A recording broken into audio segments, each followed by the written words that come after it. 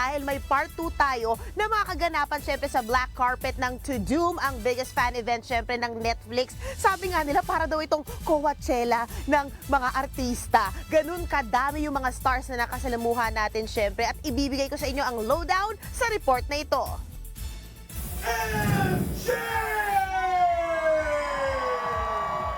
Hype entrance baka mo, hindi tayo pahuhuli dyan. May mga bantay pa na pink guards at fan experience zones like no other.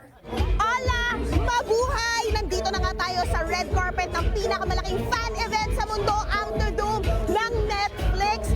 At grabe na kayo, libo-libong mga stars at yung mga fans na pumunta rito sa event na to sa Los Angeles, California.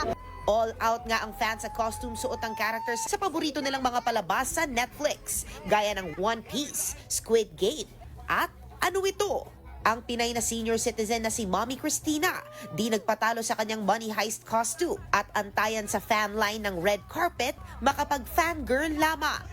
Isa raw siyang Vilmania na lumipat sa Amerika ng early 2000s at happy siya na maki-in sa fan culture ngayon dahil wala raw ganito noong araw. Hindi tayo pauli sa mga bata na to. Pauli! No! Kailangan maranasan. At ang naranasan natin, exclusive superstar galore. Unahin na natin ang ayuda sa fans na ang highly requested Squid Game cast. First dibs lang naman tayo sa interview sa black carpet comeback ni former Big Bang member T.O.P. aka si Thanos sa Squid Game. Kasama si Oppa Park Sung-hoon at Kang A-sin.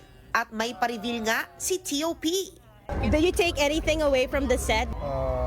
저는 이 반지를 하나 This is actually the ring in the show that Thanos This used to one? wear. Yeah. Can you show it? Oh my God!